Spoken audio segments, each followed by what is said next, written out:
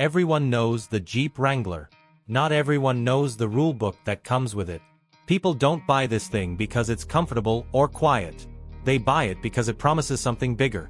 Freedom, dirt under the fingernails, and a version of you that takes the long way home just to find a puddle. But every legend hides a trade-off. The Wrangler story is full of moments fans celebrated, moments they hated, and choices that still spark late-night forum fights. And as the world tilts toward electric, a question hangs over the 7-slot grille. Can an icon stay an icon when the rules change? Let's pull the top off the myth, climb in, and see what's real, what's rumor, and what might be next. The Wrangler's DNA starts far from coffee shops and mall parking lots. In the 1940s, the Willis MB was a military workhorse that did everything but complain. When the war ended, America wanted the same grit in civilian life. That's how the CJ, civilian Jeep, was born. It farmed. It hauled. It crawled. It didn't ask for permission.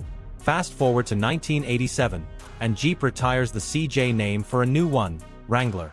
Purists braced. Then they saw the headlights. The first Wrangler.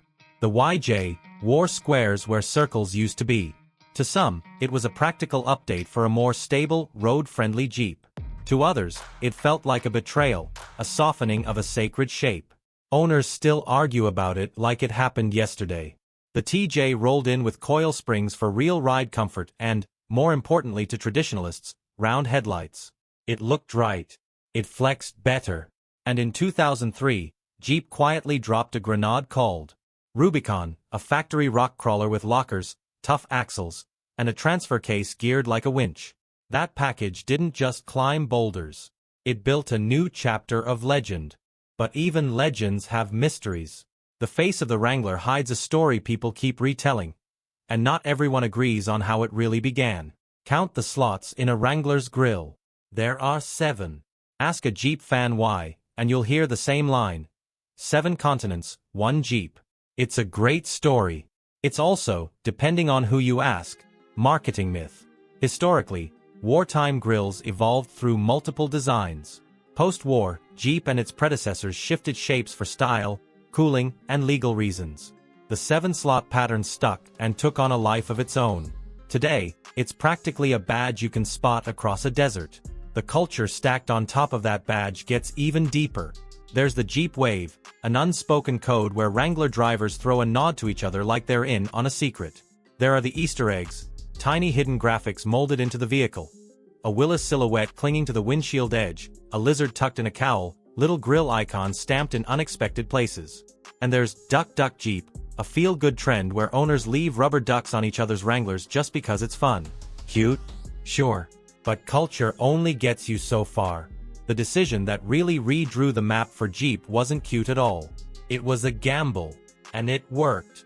For decades the Wrangler was a 2-door toy with a tail. JK arrived for 2007 and did something radical. It grew up. The unlimited 4-door turned a niche off-roader into a family vehicle you could daily without sacrificing the weekend. Kids fit. Dogs fit. Gear fit. Sales exploded. The Wrangler wasn't just a trail machine anymore. It was an everyday hero. Jeep kept fanning the flames. A nicer interior landed for 2011. A stronger Pentastar V6 showed up in 2012. Rubicon trims became common in suburban driveways, not just on Moab postcards. Purists groaned about size and weight. The market didn't care. People who never considered a solid axle rig before were suddenly signing papers. That shift leads to a sharper question. What, exactly, makes a Wrangler when the pavement ends? The answer isn't chrome. It's hardware. Real capability isn't a sticker. It's parts that work when the rocks start naming themselves. The Wrangler keeps solid axles front and rear. That matters. Solid axles articulate in ways independent suspensions don't. Tires stay on the ground longer. Traction hangs on when gravity wants you to slide. On the Rubicon, the transfer case drops into a 4:1 low range that turns torque into slow-motion muscle. Locking differentials bite with both wheels on an axle. The front sway bar disconnects with a button so the suspension can stretch like a yoga master. Dana axles add strength. Skid plates keep the vitals safe. Approach, departure, and breakover angles let you nose up, crest, and slip down without plowing into the earth. Order the Extreme Recon package and you get factory 35-inch tires with deeper gears to match, so you're not lugging the engine up every climb. Trail rated isn't a random badge. Jeep says they test for traction, water fording, articulation, ground clearance, and maneuverability. Owners know the real test lives out where the map loses detail, on the Rubicon Trail, in Moab's Red Rock, in muddy forest cuts where cell service taps out. That's where a Wrangler starts feeling less like a car and more like a tool you learn to use. But tools can bite. Jeep doesn't put the next part in big letters. Owners do. If you've spent time around solid axle rigs, you've heard the phrase that makes new owners gulp, death wobble. The name is dramatic. The sensation is worse. Hit a bump just right at speed, and a worn or loose front-end component can set off a violent steering shake that won't stop until you slow down. It's not unique to Wrangler. It's a quirk of solid axle geometry across brands and decades. The fix usually isn't magic. Track bar bushings, ball joints, tie rod ends, wheel balance, alignment. Get them tight and true, and the wobble loses its power. Jeep has also issued campaigns involving steering dampers on certain JL years to address customer complaints. It's fixable, but it's jarring the first time. Recalls? They happen. Early JL models had a track bar weld issue that Jeep recalled and repaired. Some owners received updated dampers to calm high-speed shimmy. Plug-in 4xe models have seen battery-related recalls where Jeep advised parking outside until the software or components were updated. None of that ruins the truck's reputation on its own. It does underline a constant truth of off-roaders. Keep your maintenance tight, and don't treat modifications like Lego. Geometry and safety don't forget. Safety ratings spark louder arguments. Wranglers have a reputation, fair or not, for rollovers. Part of that is physics. A tall, narrow, short wheelbase vehicle with knobby tires doesn't dance like a low-sport sedan in sudden maneuvers.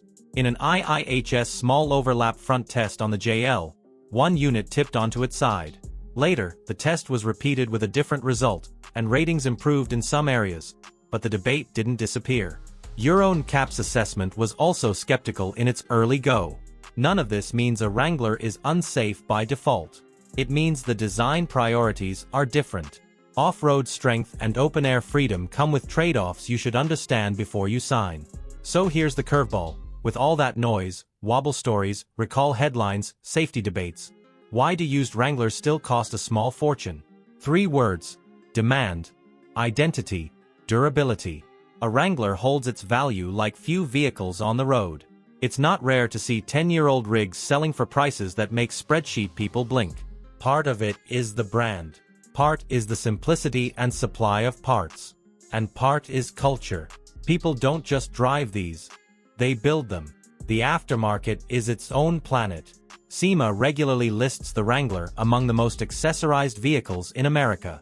Bumpers, lifts, lights, armor, gears, axles, tops, half doors. If you can imagine it, someone makes it. That's liberating and dangerous. Slap on 35 or 37-inch tires without re-gearing, and your engine will spend its life huffing. Lift too high without correcting caster, and highway manners turn twitchy. Widen track without addressing scrub radius, and you'll fight the wheel in ruts. None of this is complicated if you plan it. All of it costs money. There's a more philosophical choice too. Build versus buy.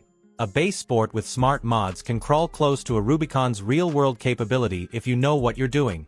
But by the time you add lockers, gears, armor, and a proper low range, you may have spent Rubicon money without the factory integration, warranty, and resale upside. Conversely, a factory Rubicon can be overkill if you mostly commute and play on mild trails twice a year. Know your terrain. Be honest about your weekends. Daily life matters. Soft tops can drip if you don't seat them right. They're also loud at 70 miles per hour until you get used to the white noise. Hard tops are quieter but heavier to remove. Interiors got much nicer in the JL refresh, with a big touchscreen and better materials, and 2024 brought side curtain airbags that make open-air rigs feel less bare. Fuel economy is Jeepish, unless you go 4xe and do short trips on electrons. And while theft isn't a Wrangler-specific crisis, A soft top is easier to slice than a sealed crossover, so most owners learn not to leave valuables inside. Insurance knows all this too. Your zip code and mods will nudge the premium. Still, people line up. That leads to the chapter Jeep is betting the future on, and the one purists still don't trust. Electric torque is a cheat code off-road. It's instant, quiet, and precise. The Wrangler 4xe PHEV leans into that. Around town, it can roll on battery power for roughly the low 20s of electric miles depending on model year and conditions. On the trail, the hybrid torque fills in at low speed in a way you can feel through your boots. Jeep has said the 4xe became America's best-selling plug-in hybrid, a rare feat for something that can climb a rock garden before breakfast. Not all the future is quiet. The 6.4-liter Wrangler 392 showed up like a prank with a warranty. It's loud, fast, and absurd in the best way. Then came final edition whispers and limited run announcements signaling the V8's curtain call.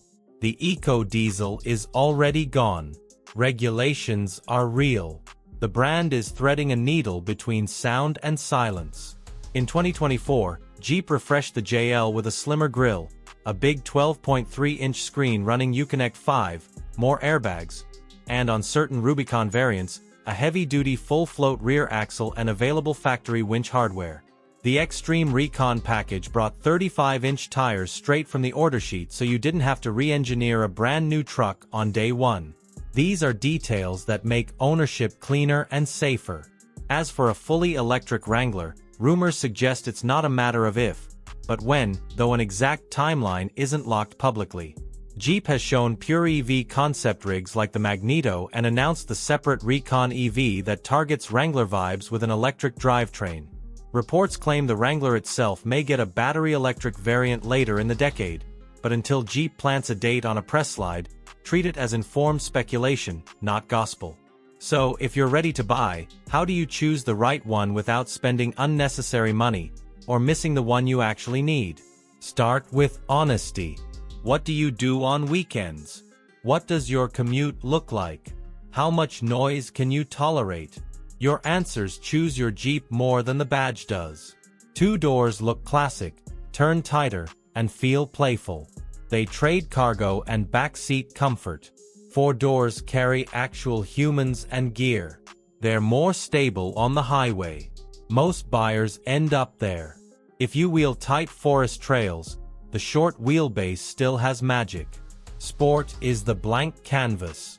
Great if you plan a build or drive mild trails. Sahara dresses up the street side. More comfort, body-colored touches, still very capable for light use. Rubicon is the factory rockhammer. Lockers, low range, disconnects, beefy axles, bigger tires. If you know you'll chase red trails, it pays for itself. If you won't, it's jewelry you'll never wear. TJ, 1997 to 2006, brings nostalgia, simple bones, and soaring prices for clean ones. The 4.0-liter inline-6 has folk hero status.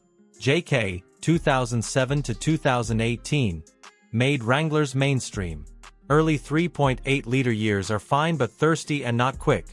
The 2012 plus 3.6 Pentastar is the sweet spot.